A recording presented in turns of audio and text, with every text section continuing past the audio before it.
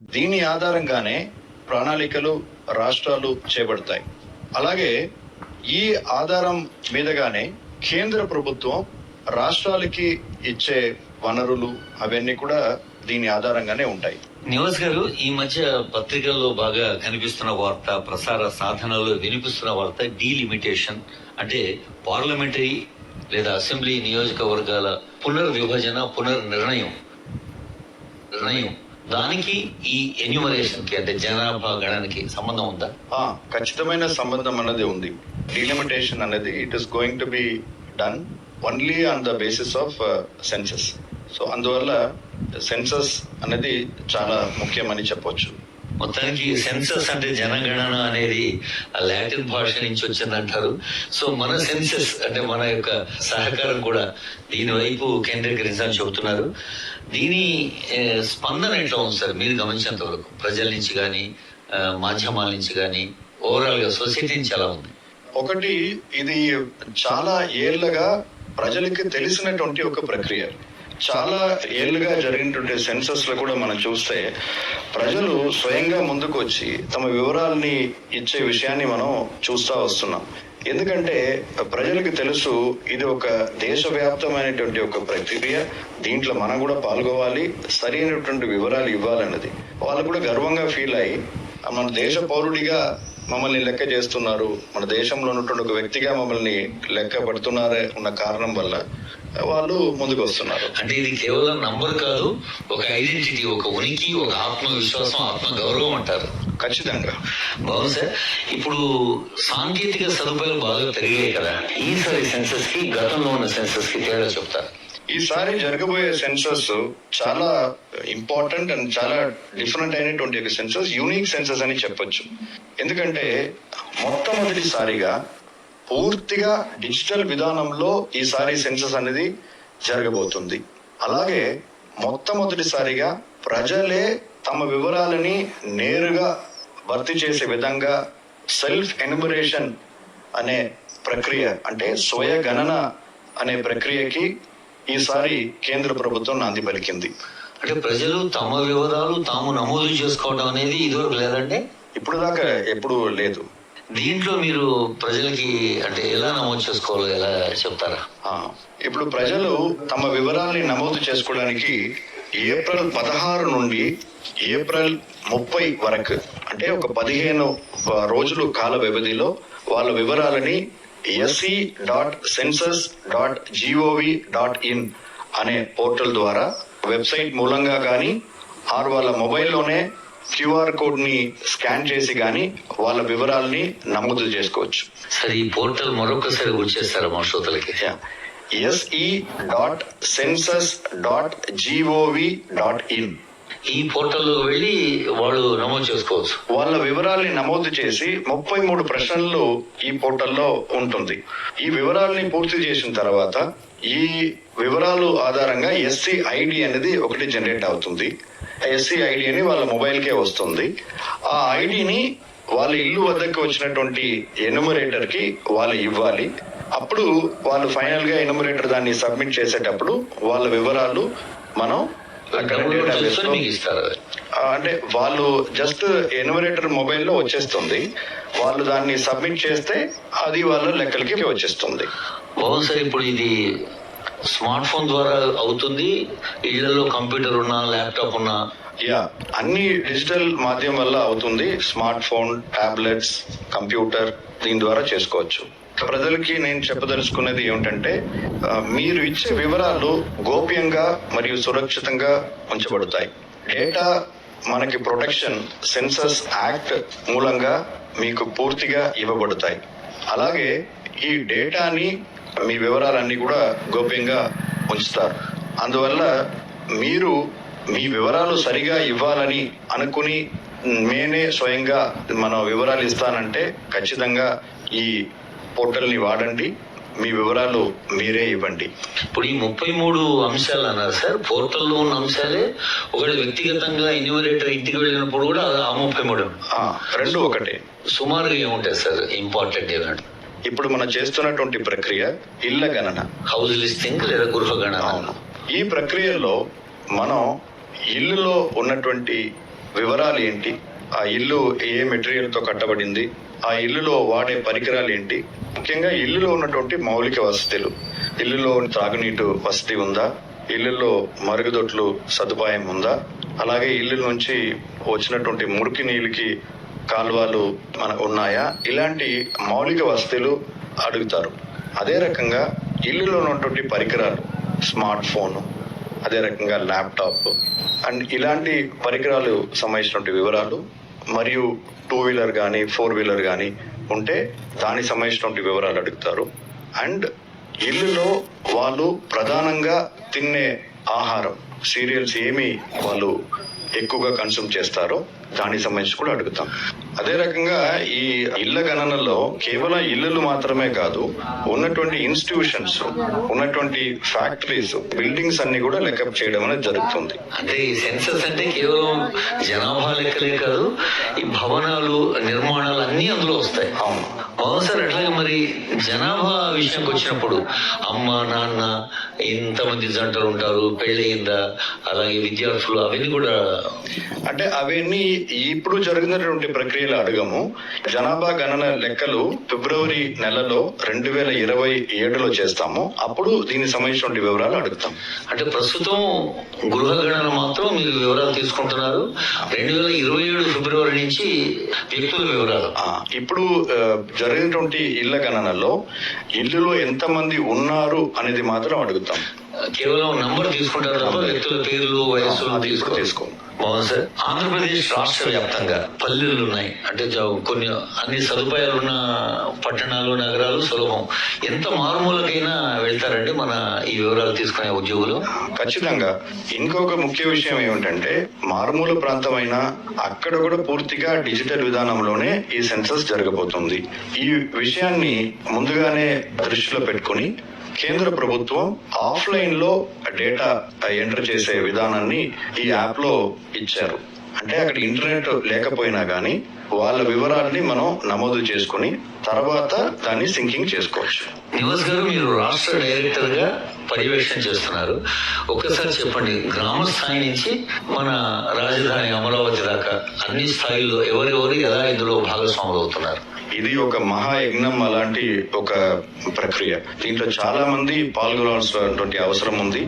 ప్రజల సహకారంతో పాటు ఎంప్లాయీస్, సెన్సస్ లో ఎన్యూమరేటర్స్, సూపర్వైజర్స్, ట్రైనర్స్, ఇలాగా చాలా మంది దీంట్లో పాల్గొంటారు. సో రాష్ట్ర వ్యాప్తంగా దాదాపుగా ఎన్యూమరేటర్స్ అండ్ సూపర్వైజర్స్ అంటే రిజర్వ్ తో కలిపి 1,10,000 మంది ఈ యజ్ఞంలో 1,10,000 మంది భాగస్వాములు అవుతారు. అంటే కోట్లాది జనం కాబట్టి ఆ వివరాలకు వీళ్ళు కావాలి. సరిపోతారండి నిష్పత్తి మీకు? సరిపోతారండి. ఒక ఎన్యూమరేటర్ 180 నుంచి 200 ఇళ్లు కవర్ చేస్తారు కాబట్టి సరిపోతుంది. శిక్షణ ఇచ్చారా మీరు? ముఖ్యంగా ఫస్ట్ జిల్లా స్థాయిలో ఉన్నటువంటి అధికారులు, తర్వాత మండల్ స్థాయిలో ఉన్నటువంటి అధికారులు అంటే చార్జ్ ఆఫీసర్ అంటామన్నమాట, తహసీల్దార్, వాళ్ళకి ఇవ్వడం జరిగింది. తర్వాత ఎన్యూమరేటర్స్ కి ఎవరైతే శిక్షణ ఇవ్వబోతున్నారో ఫీల్డ్ ట్రైనర్స్ అంటాం, వాళ్ళకి కూడా శిక్షణ పూర్తి అయింది.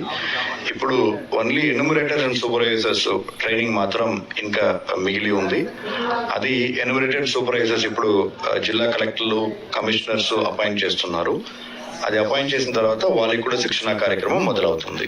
సార్, ఇప్పుడు ఎంత మూలకున్న చిన్న పల్లె గాని, తండా గాని, లేదా ఆదివాసుల గూడెం కానీ ఒక్క గుడిసె లేదా ఒక్క ఇల్లు కూడా మిస్ అవ్వలేదు, అన్ని లెక్కలోకి వచ్చాయి అనే ధీమా లేదా హామీ లేదా గ్యారంటీ ఎలా? అది ఈ డిజిటల్ విధానం వల్లనే సాధ్యమైంది అని చెప్పవచ్చు. ఎందుకంటే ఈ డిజిటల్ విధానంలో భాగంగా జియో రెఫరెన్సింగ్ అనే ప్రక్రియని కేంద్ర ప్రభుత్వం తీసుకొచ్చింది.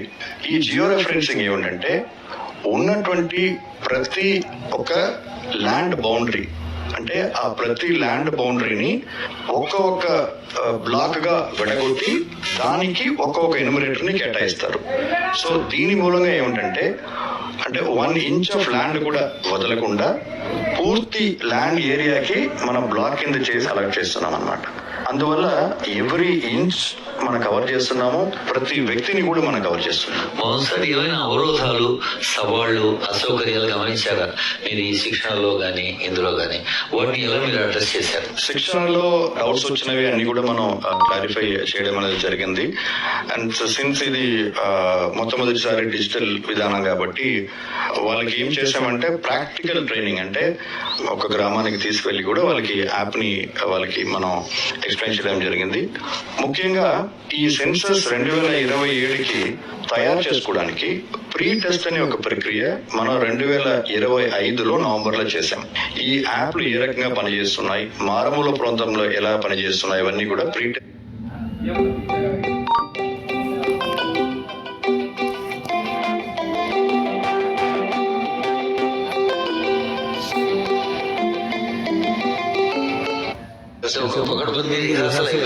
అయిపోయింది. 4 జిల్లాల్లో ఇది ప్రీ టెస్ట్ చేశాం. దీంట్లో వచ్చినటువంటి సూచనలు ఏవైతే ఉందో అది కేంద్ర ప్రభుత్వానికి తెలియజేసి యాప్ ని ఇంకా మరింత మెరుగు చేసే విధంగా చర్యలు తీసుకున్నాం. సార్, ఎవరైనా మా ఇల్లు కవర్ అవ్వలేదు లేదా ఈ పలానా భవనం రాలేదు అని అనుకుంటే ఎవరిని అప్రోచ్ అవ్వాలి, ఎవరిని కలవాలి, మా వివరాలు ఎవరిని అందించాలి? ఒక టోల్ ఫ్రీ నంబర్ మనం ఇవ్వడం అనేది జరిగింది. ఆ టోల్ ఫ్రీ నంబర్ వాళ్ళు సంప్రదించి వాళ్ళకి ఏమైనా డౌట్స్ ఉంటే వాళ్ళు అడగచ్చు. టోల్ ఫ్రీ నంబర్ 1855 అండి. 1855. ఈ టోల్ ఫ్రీ నంబర్ లో వాళ్ళకి ఏమైనా సూచనలు కావాలన్నా, వాళ్ళు ఒకవేళ వాళ్ళు కవర్ కాకుండా మిగిలిపోయి ఉన్నా వాళ్ళు వివరాలు తెలియజేస్తే అక్కడ నుంచి జిల్లా యంత్రాంగంతో ఈ విషయాన్ని తెలియపరిచి తగు చర్యలు తీసుకుంటామండి.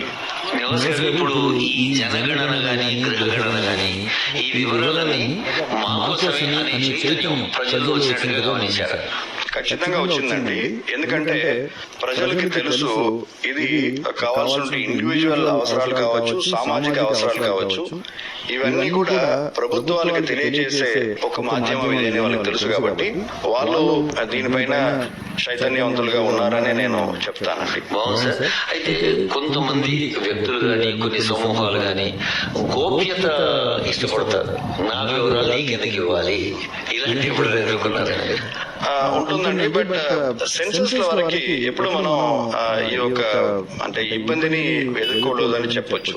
ఎందుకంటే ఇది ఒకటి ఏంటంటే దేశవ్యాప్తమైనటువంటి ఒక ప్రక్రియ కాబట్టి ప్రజలందరికీ తెలుసు ఇది దేశవ్యాప్తంగా జరిగేటువంటి ప్రక్రియ. దీంట్లో తమ బాధ్యతని వాళ్ళు పూర్తి చేయాలని వాళ్ళకి తెలుసు.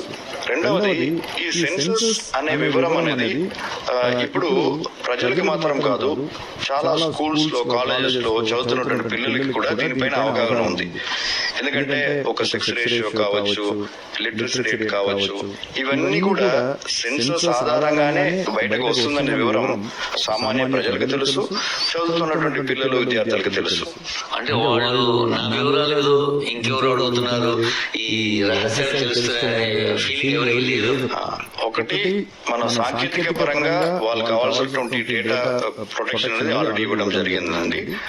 రెండవది చట్టపరంగా మనకి సెన్సస్ యాక్ట్ 1948 పరంగా వాళ్ళ డేటాని, వాళ్ళు ఇచ్చినటువంటి వివరాన్ని గోప్యంగానే ఉంచాలి.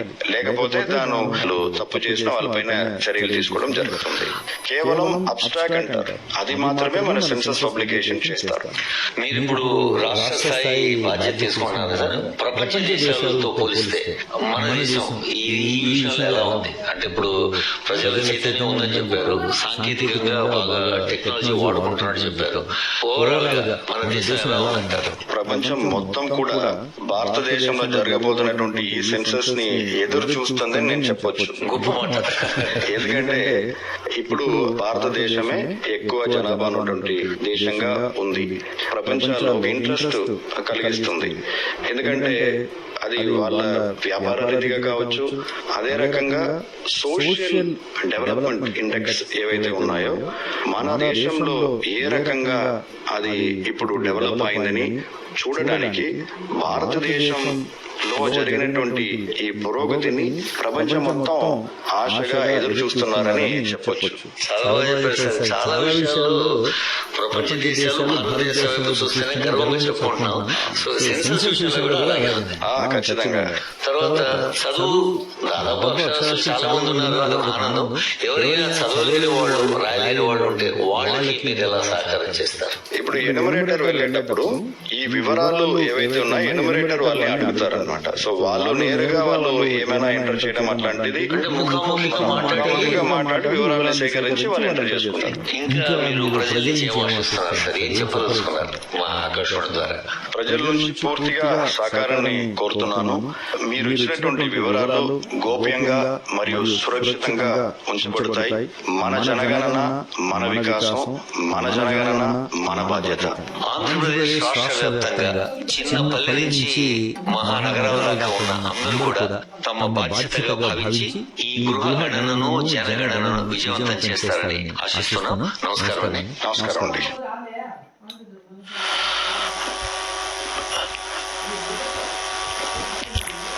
ఇంతవరకు ఆంధ్రప్రదేశ్ రాష్ట్ర జనగణన బాధ్యులు మరియు సంచాలకులు శ్రీ జె నివాస్ ఐఏఎస్ గారితో పరిచయం. కార్యక్రమం తర్వాత వసుదైక కుటుంబం ప్రాంతీయ వార్తా విభాగం వారి కార్యక్రమం